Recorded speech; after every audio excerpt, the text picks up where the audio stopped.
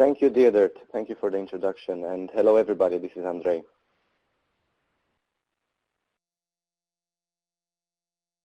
So you heard who we are. I will not dive into that. I will directly explain again just what Diedert said, echo a bit what we will discuss today. So we start with a glance of the standardization process at both international and European levels. We continue with a list of the most relevant standards when it comes to building automation and controls. We emphasize the importance of terminology. And finally, we go into more details for two of the most important building automation and control standards.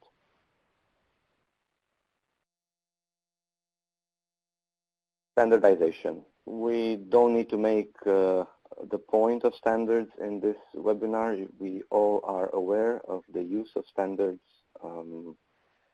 It's something that is, let's say, a prerequisite for our scope of this webinar. But just to remember everybody, standards can be used consistently to ensure that the materials, products, processes, and services are fit for their purpose, bringing real and measurable benefits to almost every sector imaginable. Standards underpin the technology that we rely on and ensure the quality that we expect. And even though this is sometimes criticized, standardization also brings innovation because it provides structured methods and reliable data that save you time in the innovation process, and because it makes it easier to disseminate groundbreaking ideas and knowledge about leading-edge techniques. Using standards at international and also at European level is voluntary, except when these standards are called up in legislation or in contracts. Legislation, for example, could also strongly recommend the use of standards, like is the case for the set of EPB standards, Energy Performance of Building standards. These are highly recommended by the Energy Performance of Building Directive. And this is the case for the second version of the EPBD and also for the third version that's coming out this month of EPBD. And also EPB standards, there are two generations. One was in 2007 and the second now in 2017, last year was published. So that's an example where legislation, a European directive, supports the use of these standards when it comes to energy performance in buildings. Now at the same time, in some cases, the market can decide what is mandatory. For example, you have ISO 9001. It has become something common because it's so broadly used. So you could even say that it's mandatory.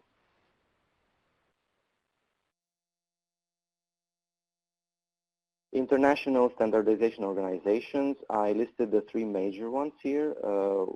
There are a few others, but these are the most relevant. You have ISO, IEC, ITU. So ISO deals in general with all sectors, and then IEC and ITU deals with electrotechnology, respectively with ICT. But for us, when it comes to the building sector, ISO is something more relevant. And I would just say that ISO has 3 levels of membership, just to have an idea of how it goes. The national standards bodies at national level are members of ISO, and their experts can decide based on the membership how the standard development process goes. So the membership are full members. They can influence the standards development and also strategy by participating and voting in the technical and policy meetings. They have full members sell and adopt ISO international standards at the national level. Then you have a second level of correspondent members, which are more there to observe, so they don't actually vote, but they have the right to sell them at national level. And then there's also a subscriber level as a membership, when the national standards body is just kept up to date with what's going on at the international level, but they don't have the right to sell standards. And in general, just to have an idea how international standards are developed, of course you already know, but just to remember everybody, to remind everybody, these full members, they vote on several phases. I will not get into the details. And there's one vote per member. That's something to remember because it's different than at the European level. And at the final voting, at least 75% of the votes must be positive for a standard to be adopted. And it's worth keeping in mind that the adoption of ISO standards as national standards is completely voluntary. And I will just say another word about this international sphere, that between the international organizations and the European ones, there is good communication and furthermore good cooperation. And such an example is the Vienna Agreement, which encourages the joint development of standards between ISO and CEN, the Committee of European Standardization. And it can even be done together, but at the same time, these organizations can recognize existing standards. So a European standard could become an international one, an ISO one, and an international one could be transposed at European level as well. And this workflow that you can see here is just an example of how this process can go. But it can take many, many paths depending on the specific needs for that given topic. Now coming to Europe, in Europe you have these three organizations that basically make up the European standardization system. You have CEN, it's similar to the setup at international level. You have CEN dealing with a very broad area of standards, and then CENELEC and ETSI that are more focused on electrotechnology, CENELEC, and on ICT, ETSI. There is also a EU regulation which sets the framework, the legal framework for the European development of standards. It's important to acknowledge that there is a special type of standards called harmonized standards, and these are standards that are developed by one of the three organizations listed here, or several of them if they cooperate on a specific topic, under a mandate given by the European Commission. And basically such a harmonized standard is prepared to verify the compliance of a product, material, service, or process with relevant European legislation, meaning directives, regulations. For us, when it comes to energy performance of buildings and the building sector, CEN is the most important. And I would just say a few words about CEN. It has 34 members because it also includes other countries that are part of the European single market, in addition to the European member states. And basically what CEN does, as all organizations developing standards, is defining standards in response to specific needs that have been identified by businesses and other users of the standards. And it does so in teams of experts who have particular knowledge of the specific sector or topic that is being addressed. And the work is usually done in technical committees, subcommittees, and working groups in which these experts are nominated by the national standardization organizations. What is different, I would say, from ISO is that each national standardization body that is member of CEN is obliged to adopt each European standard as a national standard and make it available to customers in their country. And they also have to withdraw any existing national standard that conflicts with the new European standard. Therefore, one European standard becomes the national standard in all these 34 countries covered by membership. Even this is mandatory to adopt the standard, the use of the standard is still voluntary, unless there is a legal or a demand in a certain contract.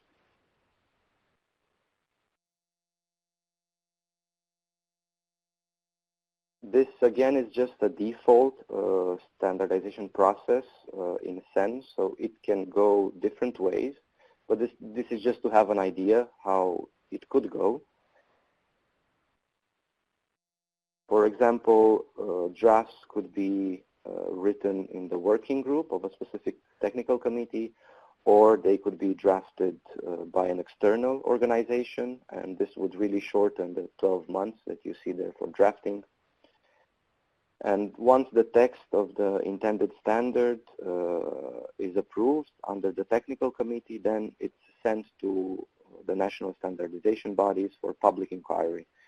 And there they have the chance to submit comments, which can be general, technical, editorial, and SEN always needs to, and the working group needs to respond to these comments. So it's really, if you think a marriage is somewhere where you make consensus, that's really nothing. In the world of standards, that's, I think, the top when it comes to building consensus on developing such standards. So each national standardization body is obliged to cast its vote, and this is because they have this formal obligation to adopt afterwards the standard at national level. So they have to vote. But the vote in this case is weighted. For example, Germany has 29 votes, Belgium has 12 votes, Finland has 7 votes. And this weighting is the same as in all EU decision-making process. And at least 71% of the votes must be positive to have the standard approved, and then each SEN member has 6 months to adopt it at national level and to withdraw possible conflicting national standards. So this was just to set the scene, to have this flavor of how the process is going. Of course, most of you already know it. It was maybe more as a reminder, but I think it's helpful to help us dive in.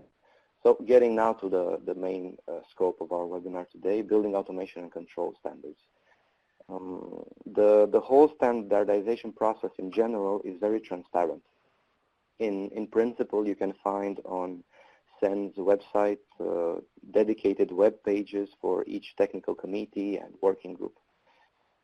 And this is the case also for building automation, and as you have seen also in my previous slides, I have included hyperlinks to make it easy for you to dive in more details. And I did the same here for SEN TC247, of which Roland was the chair since 1 year ago. So he has really broad knowledge of how this goes. And we listed here just the active working groups. That's why it's 3, 4, 6. Working group 1 and 2 and 5 are inactive at the time being. And in general, all technical committees have business plans, but this was decided to stop sometime last year. So for this year, normally the technical committees are not obliged to develop such business plans, but in the case of this particular technical committee, it was decided internally that they will still develop the business plan so that they ensure this more transparent approach to their work.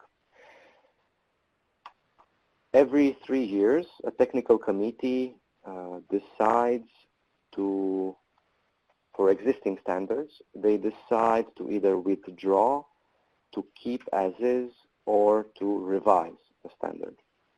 So this is existing standards. This means that in some cases, certain standards can remain unchanged for 6 years or more, depending on the evolution needs of the specific market, and in this case of building automation controls. At the same time, technical committee members can propose new standards, or it can be proposed by a player on the market. But for this to happen, to become reality, there needs to be at least minimum 5 countries to be in favor of such a new standard.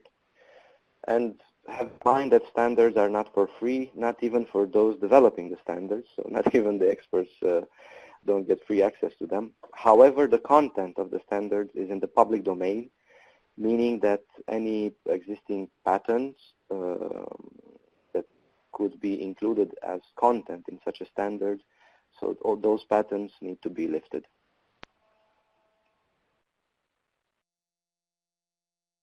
So this is about the setup in SEN.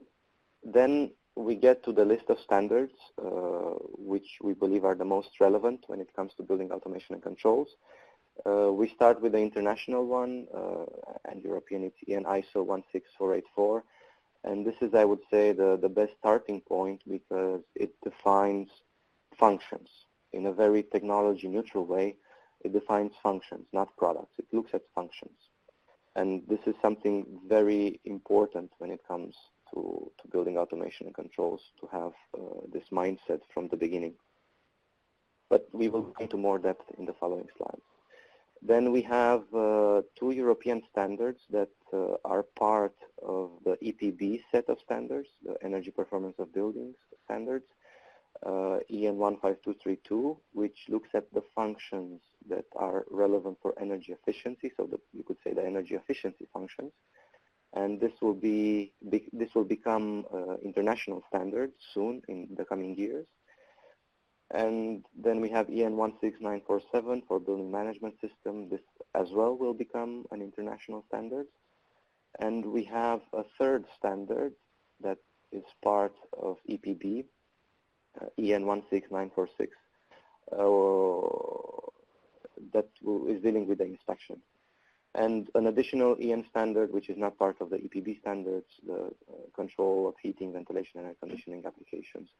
But on top of these, there are international standards, IEC and ISO standards, which we haven't listed here because it wasn't the scope of this particular webinar, but which you can look at in more details in this guidebook that we work together, REVA, UBAC, cooperated on this guidebook titled Introduction to Building Automation Controls and Technical Building Management. You can purchase it on the REVA website. Then terminology. As you all know, it's very important when we talk to each other to understand what do we mean by every word that we are using. And for an engineering field like building automation and controls, biases with regards to the meaning of words are ideally something that you completely put aside. And these are some terms that we have selected just to give you an idea that they are at the same time complementing each other but also overlapping and still referring to the same technology. So this is very important to get the terminology right from the very beginning. I mean, you can talk about thermostatic radiator valves, and you can go all the way up to a building energy management system, and it's still within the same technology area. So it's very important to get the terminology right. And again, I made this reference. We compiled, in the work on this guidebook, we compiled from all the existing standards on building automation and controls. We compiled a full list of terms, which you can actually download for free on UBAC website by accessing this link. Now, let's go into more details on these two specific standards that we believe are the most important to understand. EN ISO 16484, so technology neutrality functions, but it has several parts. How do you work around these several parts? So you would start with part one, which is absolutely necessary when you're looking at the building. You have the owner project requirements. So there are some needs that you have for the specific building. So here is where you would look at the specifications. And in parallel, you have EN 15232 that will help you set up the specifications in terms of functions related to energy efficiency. So you have this good marriage. Then you go further down. You need to detailedly describe the applications that you would have there. So this is very high-level functions. Then you go into more depth describing the specific functions, so low-level functions, and you clarify everything that has to do with the functionality. And then, of course, you need to also describe the hardware requirements and the communication protocols. So this is in short what you would see as a workflow when you're working with EN ISO 16484.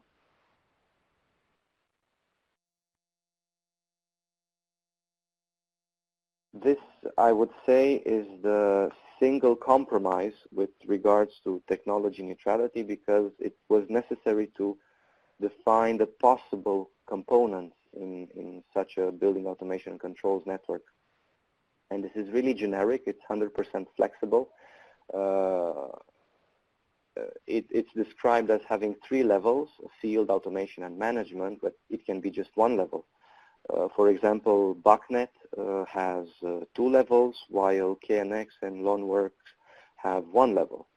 And that's why you can see here the vertical network line that can allow this to happen. So this is a generic architecture model for such a network that gives you the potentiality of such a system.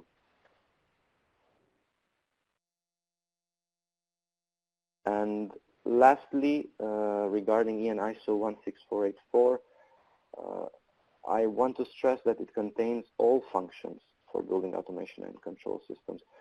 It's not just the energy efficiency functions.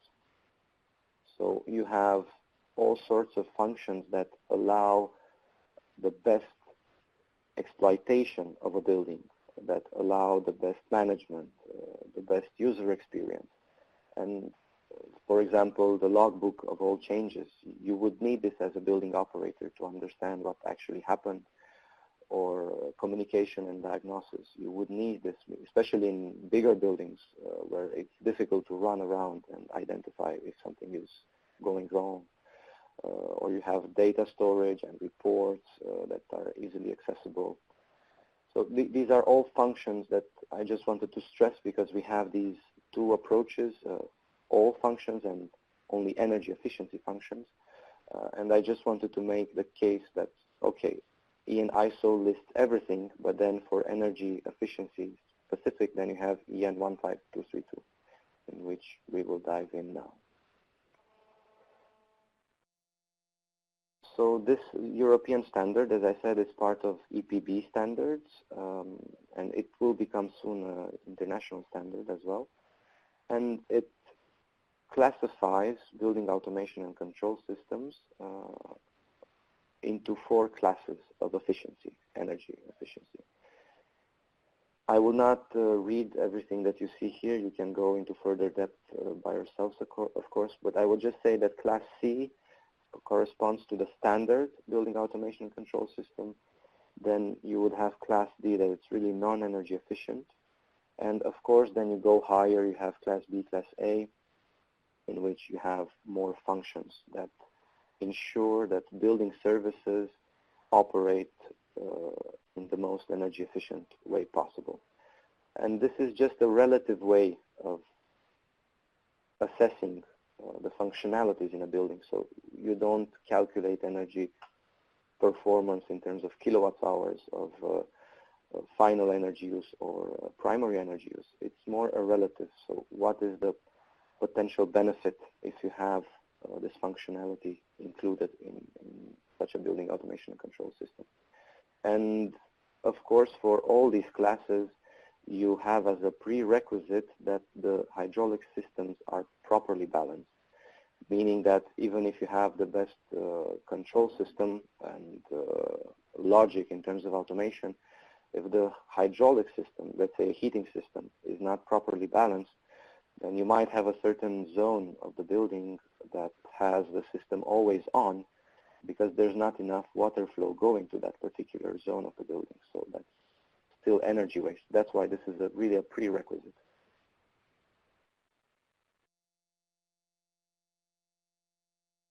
This is the principal level. This applies basically to any building service, or let's call it technical building systems, as it's referred to in Energy Performance of Building Directive. And this is important to have in mind, that there are several levels at which you can control the operation of these services. You have the generation, you have the distribution, and then you have the emission. And if you really want to ensure that you don't waste any energy, all these controls need to be demand-based. So you need to ensure that you only use energy when you need it, where you need it, and only in the amount necessary. And like this, you can easily assess the energy flows and also the demand signals coming from the consumer side.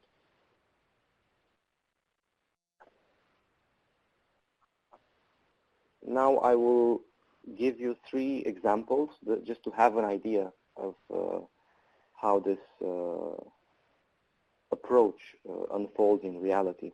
And it can be used at all stages of a building's life cycle. It can be used for designing, it can be used during the installation, during the commissioning, of course, and throughout the lifetime of the building to always check, where am I? What is the system actually delivering? So this is an example for the heating control, for the emission.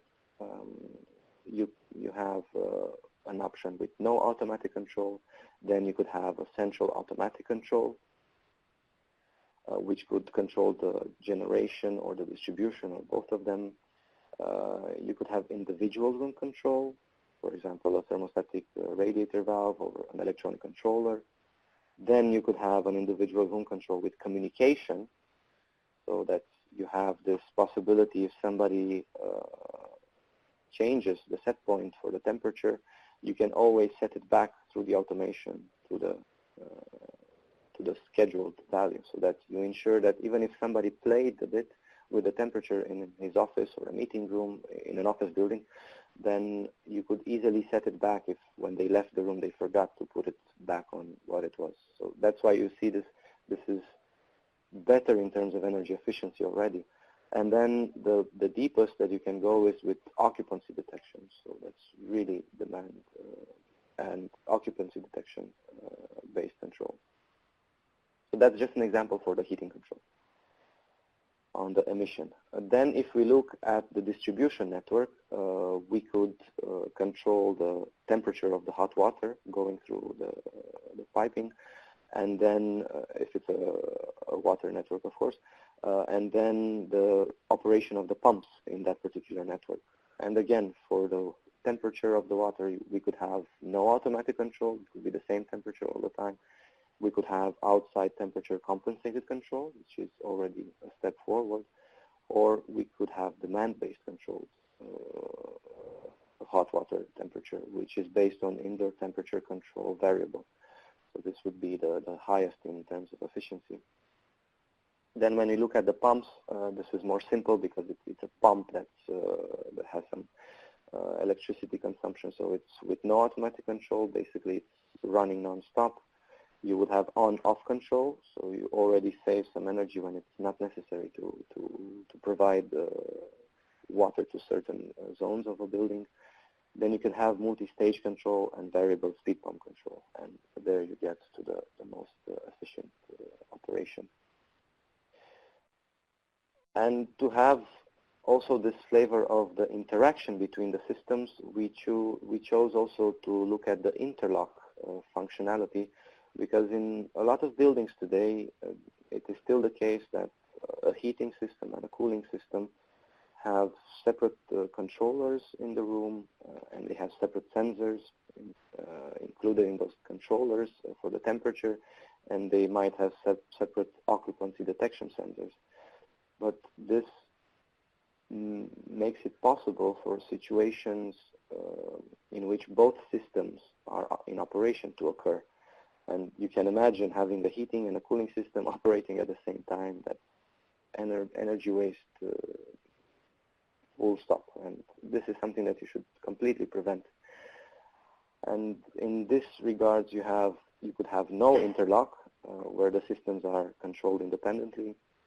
You could have partial interlock, where you really try to minimize the possibility of something like this happening. And then you could have total interlock, in which this is guaranteed that it will not happen in real-time operation of the building. And we close basically our presentation with this overview. So this is EN15232 in a snapshot. You can see here in this helicopter view all the functions that you could potentially have in terms of energy efficiency. You can see the building services. You don't necessarily need to have all of them in a building to use EN 15232. You just assess the systems that are installed in such a building, because if you don't have a ventilation system, then yeah, you cannot control anything that's not installed there. But you can see the cooling, ventilation, heating. You have also the blinds and the lighting, domestic hot water preparation, and of course the technical building management level of functionality. And if I just illustrate for you to have an idea of the workflow, you would start always from the emission side. So you would look at function 1.1 in terms of emission control. Then you would go upstream. You would go to the distribution networks and all the way up to the generation. Of course, you might have some storage. And then you can see the linkage, because you're using the heating system, the generation, and the distribution also to prepare domestic hot water. So you also need to keep that into account. What functions do you have there to control, that you ensure that there's no energy waste? And then you might provide for the fan coils some media to heat up air in rooms, depending, of course, on the system that you have installed. And then you can also see the interlocks between the heating and the cooling, and then between the ventilation, heating and cooling, because you can have situations in which the heating and the cooling is emitted locally in the room, and then the ventilation is just providing fresh air, which is preheated or pre-cooled. And then, of course, that can interfere with the temperature in the room if something is not properly controlled in the ventilation side or in the room, of course. So I would say that this is, in short, the message that we want to deliver here, that standards are important, and specifically for very complex systems as building automation and controls, which have very significant added value during the operation of buildings in terms of energy performance, energy efficiency, and generation from renewables. Such an approach where the functions are visible from the beginning is of the essence. And basically this is from our point of view the way to go forward, that you ensure that a system, when it's properly designed, installed, commissioned, and operated, that it actually delivers what it's meant to deliver. Otherwise, if you don't have this in all stages, you might end up with systems that are failing here and there, because, yes, the approach wasn't the one best for the given technology. So thank you, everybody, for your attention and for joining us today.